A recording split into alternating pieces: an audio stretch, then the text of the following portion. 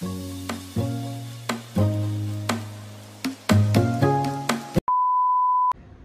Everyone, कसे आहात तुम्ही सगळे? आय होप तुम्ही सगळे मजेत आहात. मी श्रुती पुन्हा तुम्हा सगळ्यांचं खूप खूप मनापासून स्वागत करते माझ्या अनादर व्लॉगमध्ये. श्रुती आणि बरंच काही.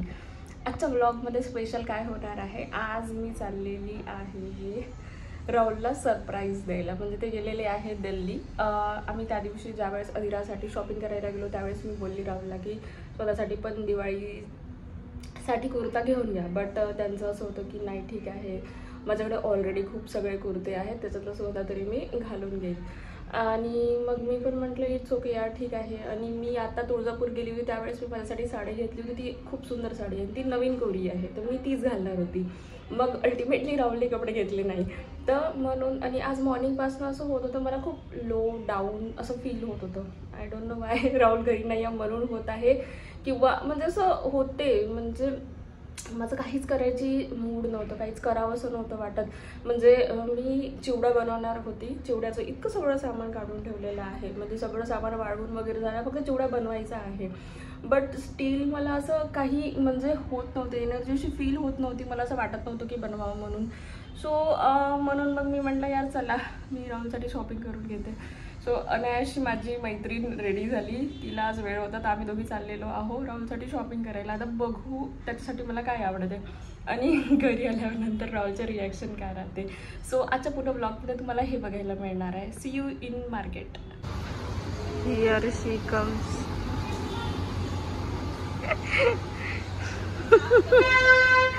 साफसफाई कर रही थी. आम्ही माहिती आहे का काय बघायला आलो आहे? आम्ही आलो आहे हे कुर्ते बघायला. ओके, आणि इथे बघा काय आहे. हमको मतलब बहुत सुंदर सुंदर ऐसा है ना, कैसा लगा?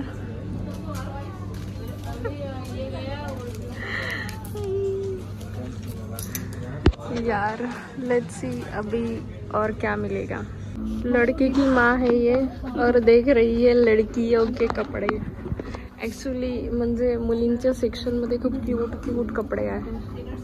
माझी मुलगी मोठी झाली आहे बट स्टील मला हा छान वाटला आहे फ्रॉक. बट मी अधिरासाठी अधिराचं चॉईस नाही घेईल. आम्ही मॉलचा हर एक कोणता छान मारणार आहोत, म्हणजे आलो तर घ्यायचं नाही असं तर नाही आहे. हे देखो, राहुलच्या कुर्त्याची शॉपिंग झालेली आहे. Let's see his reactions. अच्छे लग रहे हैं ना? मस्त है ना? चलो चलते हैं. घर का काम छोड़ के आई bye bye only for me. कितनी सुंदर लग रही हो. बाय बन के आई हो काम छोड़ के. शॉपिंग नंतर पाणीपुरी तर खूप मॅन्डेटरी असते, तर आम्ही तिथनं आलो. पाणीपुरी खाल्ली आम्ही आमच्या सोसायटीच्याच खाल्ली, कारण आम्हाला पाणीपुरी पण तिथलीच खाणं आवडते जिथला टेस्ट आम्हाला माहिती असतो. आम्ही नवीन वेगळं काही ट्राय करत नाही. सो आम्ही पाणीपुरी वगैरे खाल्ली. आणि आज म्हणजे मला असं वाटलं होतं की माझ्याकडे फक्त 2 तास होते ना, तेवढ्या वेळात मला शॉपिंग वगैरे करून जाऊन वापसही येणं होतं. तर आम्ही कुर्ता घेतला फायनली. मला तो कुर्ता आवडला. आता अधिराचे रिॲक्शन्स मला बघायचे आहे, कारण मी सकाळी अधिरासोबत प्लॅनिंग केली होती. मी अधिराला म्हटलं होतं की आपल्याला पप्पाला सरप्राईज द्यायचा आहे. तर मला अधिरा बोलली हो आपण देऊ. ही कशी करते, ही ऑलवेज कशी करते अधिरा, तिचं असं राहते की हो ठीक आहे आपण सरप्राईज देऊ, जसे पप्पा ऑफिसमधून येत तसे पप्पा तुम्हाला माहिती आज काय झालं अशी सांगून देते ती. सो मग मी तिला सांगितलं की नाही आज आपल्याला पप्पाला सरप्राईज द्यायचं आहे, तर तुला सांगायचं नाही आहे, तू सांगशील. तर ती मला म्हणे हो नाही सांगू आपण, तर आपण शॉपिंग करायला जाऊ. तर ओरिजिनल प्लॅन मी तिच्यासोबत जाणार होती. आता तिला माहीत पडेल मी जाऊन घेऊन आली, तर आता आय डोंट नो ती काय करते. बट तिने पूर्ण प्लॅन करून ठेवलेला आहे. मग पप्पा येईल, मी पप्पाच्या आईज क्लोज करील, मग पप्पाला आपण सरप्राईज दाखवू. So let's see her reaction and his reaction. So तोपर्यंत ना मी तुम्हाला चिवड्याची रेसिपी सांगून देते. हे जे पोहे आहे हे मी ज्यावेळेस डीमार्टवरून आणले त्याच्यानंतर मी त्याला गाळले चांगले. गाळल्यानंतर मी त्या पोह्यांना 2 दिवस उन्हात चांगलं वाळवलं, म्हणजे थोडं काही मॉइश्चर असतेच ज्यावेळेस आपण बाहेरून आणतो, तर मग ते थोडे वाळवले. आणि आता मी बनवणार आहे चिवडा. तर एकदम एकदम स्लो आचेवर मी यांना ना थोडं भाजून घेईल, म्हणजे थोडेसे असे क्रिस्पी होईपर्यंत. म्हणजे त्याच्यात अजून थोडंसं काही, म्हणजे तुम्ही बघितलं असेल ना, हे जे पोहे आहे त्याचा जोपर्यंत असा तुटत नाही पटकन तोपर्यंत त्याला थोडं भाजून घेईल. आणि बाकीची प्रिपरेशन मी तुम्हाला दाखवते. बाकीची मी प्रिपरेशन काय काय केलेली आहे चिवड्यासाठी.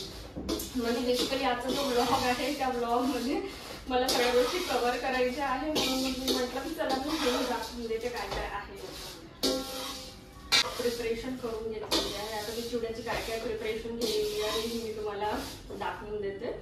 त्याच्या आधी मी तुम्हाला या हे जे मोठं वाला कटोरा आहे ना याची स्टोरी सांगते. याचं कसं झालं होतं, ज्यावेळेस कोविड होता त्यावेळेस अधिरा छोटी होती, म्हणजे ती 11 मंथ्सचीच होती. तर मग आम्ही त्या वर्षी दिवाळीला जाऊ नाही शकलो. तर मग माझ्याकडे मोठे भांडेच नव्हते काही बनवायला. तर मला त्यावेळेस जेव्हा हे बनवायचे होते ना चिवडा, मग त्यावेळेस मला इतकं डिफिकल्ट झालं होतं. इतकी याच्यापेक्षा थोडी एक एवढी मोठी कढई आहे, त्या कढईमध्ये मला सगळं काही बनवावं लागलं.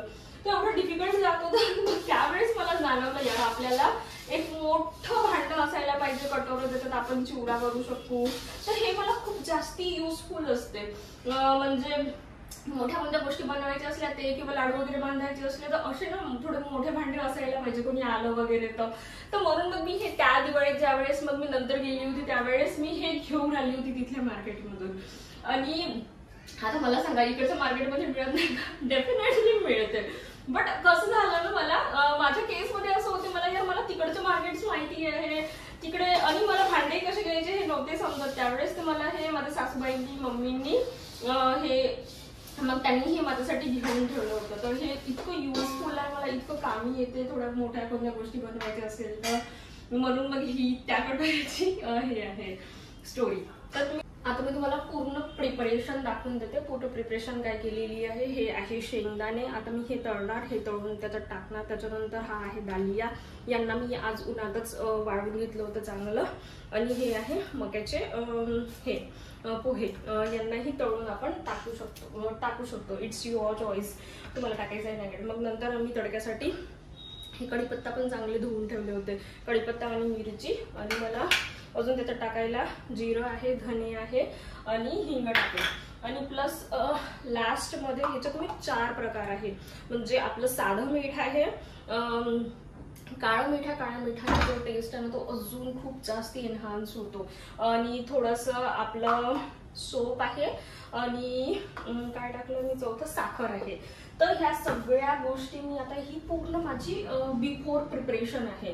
तर आता माझं जे तेल आहे ना याचं, हे तेल सगळं गरम झालेलं आहे.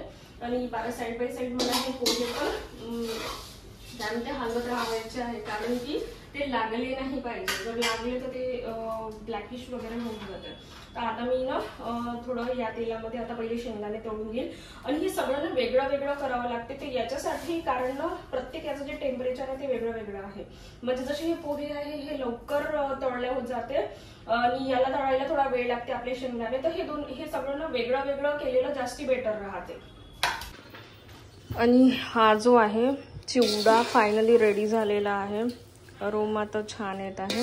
आता हा टेस्ट करून तर मला राहुलच सांगेल. तर त्याच्यानंतर मी याच्यात अजून एक्स्ट्रा काय ॲड केलं होतं. हे जे दिसत आहे ना, हे जे जाड पोहे आहे, हे जे पोहे आहे हे पोहे मी तळून टाकले होते. प्लस जो तडका मी तुम्हाला सांगितला होता, तडक्यामध्ये ना मी थोडंसं लसूण काढून टाकलं होतं.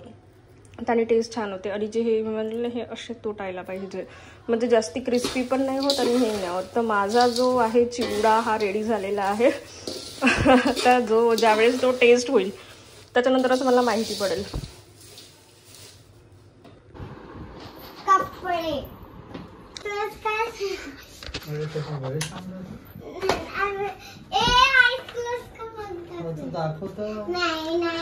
तिने किती प्लॅन करून ठेवलाय. पप्पा येईल, आईज क्लोज करेल, मग मी सरप्राईज देईल. Close your eyes.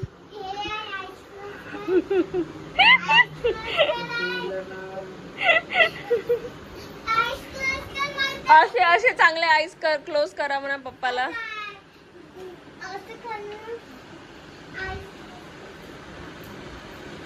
केले ना.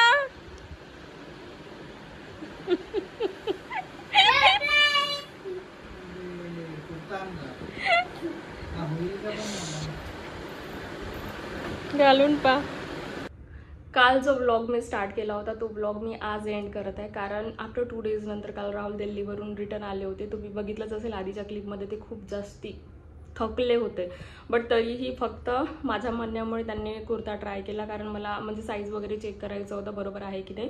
बट त्यांना कुर्ता खूप जास्ती आवडला. आता कुर्ता कसा आहे काय आहे ते तुम्हाला माझ्या दिवाळीच्या व्लॉगमध्ये बघायला मिळेल. सो दिवाळीचा ब्लॉग बघायला विसरू नका. आणि मला खूप लोक असे म्हणतात की तुम्ही इतकी अर्निंग करता, तुम्ही ही मंथली म्हणजे माझी मंथली कन्सिस्टंटली मोर दॅन 1 लाखची अर्निंग असते. सो जर ज्या वेळेस तुम्ही इतकी अर्निंग करतात, तुमचे हस्बंड का बरं जॉब करतात? हा मला एक म्हणजे कंटिन्युअसली रिसीव्ह होणारा क्वेश्चन आहे. सो त्याचा आन्सर मी देऊन देते. बघा, एक पॅशन असते. आपल्याला कोणती तरी गोष्ट आवडते म्हणून आपण ती गोष्ट करतो. आणि त्यांचा पहिलेपासून माइंडसेट आहे की त्यांना जॉब ते करतातच. आणि अशी जर फक्त 35-40 हजाराची किंवा 1 लाखाची जर जॉब असती तर त्यांनी सोडून दिली असती. बट असं नाही आहे. त्यांची जॉब खूप चांगली आहे. त्यांना एक गुड आणि एक कन्सिस्टंट अमाऊंट मंथली आमच्या घरी येते. सो इतक्या जो म्हणजे घरातला जो मेन सोर्स आहे तो सोर्स ऑफ इन्कम तर आम्ही बिलकुलच नाही सोडू शकत ना. म्हणून ते जॉब करतात. हा एक गोष्ट आहे. आणि सेकंड हे आहे ते त्यांचं पॅशन आहे. त्यांना त्यांच्या फील्डमध्ये ग्रो करायला खूप चांगलं आवडते. म्हणजे मला कॉन्टेंट क्रिएशन आवडते. म्हणजे मी ते इथनंच शिकली. माझे हे काहीतरी वेगळे लाईफ गोल्स होते, पण जस्ट बिकॉज ऑफ मदरहूड आणि मायग्रेशन म्हणजे इथून तिथे, त्याच्यामुळे मी माझा जॉब कंटिन्यू नाही करू शकली. बट हे माझं पॅशन होतं. मी इथनं शिकली, डिजिटल स्किल शिकली आणि मी तितकीच इन्कम आता मी घरून बसून कमवायला लागली. सो मी कधीच कोणाला म्हणत नाही की तुम्ही तुमचा जॉब सोडा आणि तुम्ही अर्निंग स्टार्ट करा. म्हणून मी हा जो आहे ना, हा जो ऑप्शन आहे हा तुमचा करिअर रिस्टार्ट करायसाठी एक बेस्ट ऑप्शन आहे. बट एक तुमचा जो चांगला ऑनगोईंग जॉब आहे, एक कन्सिस्टंट येणारी जी इन्कम आहे ती मी कधीच नाही म्हणत सोडा. कारण हे कसं आहे ना, हा इट्स बेसिकली अ बिझनेस. तुम्ही जर फ्रीलान्सिंगचे ज्यावेळेस तुम्हाला प्रोजेक्ट मिळेल त्याच वेळेस तुम्ही तितकी जास्ती अर्निंग कराल. कोणत्या महिन्यात फ्रीलान्सिंगचे जास्ती प्रोजेक्ट मिळेल त्यावेळेस तुम्ही जास्ती अर्निंग कराल. अजून ॲफिलिएट मार्केटिंग पण त्याच्याच बेसिसवर अर्निंग होते. डिजिटल प्रोडक्ट्सची पण अर्निंग त्याच्यापासूनच होते. सो तो बिझनेस हे सेट व्हायला खूप वेळ लागतो. आणि Rahul is not at all camera friendly. तुम्ही माझे ब्लॉग्स बघत असाल, मी जबरदस्तीने जस्ट बिकॉज ऑफ माझ्यासाठी ते बोलतात, नाही तर त्यांना बिलकुलच आवडत नाही. सो ज्यांना या गोष्टीचा लिस्ट इंटरेस्ट आहे ते या गोष्टीत कसे येईल? डेफिनेटली नाही येणार. जे लोक समजू शकते ते लोक ही जी गोष्ट आहे हे एकदम प्रॉपरली समजले असेल. आणि नेक्स्ट असं आहे की यात जी येणारी इन्कम आहे ही बिलकुलच कन्सिस्टंट नाही आहे. म्हणजे काही महिने असे होते ज्यावेळेस माझी मोर दॅन 2.5 लाख 2.5 लाखच्या वरची ही इन्कम मी जनरेट केलेली आहे. ते तुम्हाला माझ्या इंस्टाग्राम हँडलवर दिसून जाईल. ठीक आहे. सो इतकी इन्कम पण मी जनरेट केली आहे. बट काही महिन्यात डाऊनफॉल्स पण आलेले आहे. मी कधी कधी कन्सिस्टंट काम नाही करू शकलेली आहे. तर त्यावेळेस जी इन्कम आहे ना 50-60 हजारावर पण गेली आहे. मग मला सांगा, आमच्या घराचा रेंट जातो, EMI जातो, गाडीचा EMI जातो, त्याच्यानंतर मुलीची स्कूल आहे, इतक्या सगळ्या जर गोष्टी आहे तर डेफिनेटली एक फिक्स सोर्स पाहिजे. आणि मी एक रिस्क घेत आहे. आणि हा जो ऑप्शन आहे हा तुमचा करिअर रिस्टार्ट करण्यासाठी एकदम बेस्ट ऑप्शन आहे. सो आय होप तुम्हाला माझा जो क्वेश्चन आहे, तुमचा जो क्वेश्चन आहे त्याचा आन्सर मिळालेला असेल.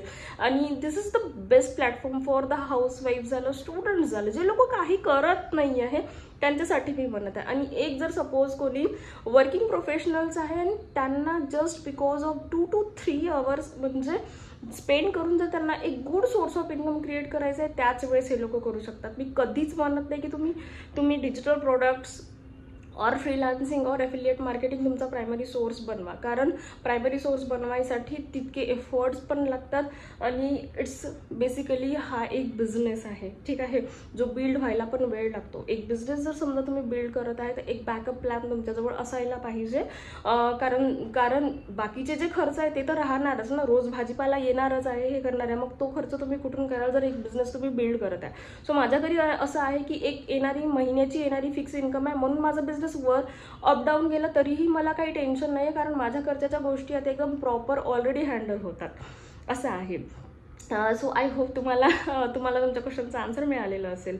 तर आता जो नेक्स्ट व्लॉग येणार आहे त्याच्यात मी चकलीची भाजणी करणार आहे. चकलीची भाजणी या नानखटाई आहे आणि आपले शंकरपाळी बनवणार आहे. ठीक आहे. सो नेक्स्ट व्लॉग तुम्ही बघायला विसरू नका. See you there.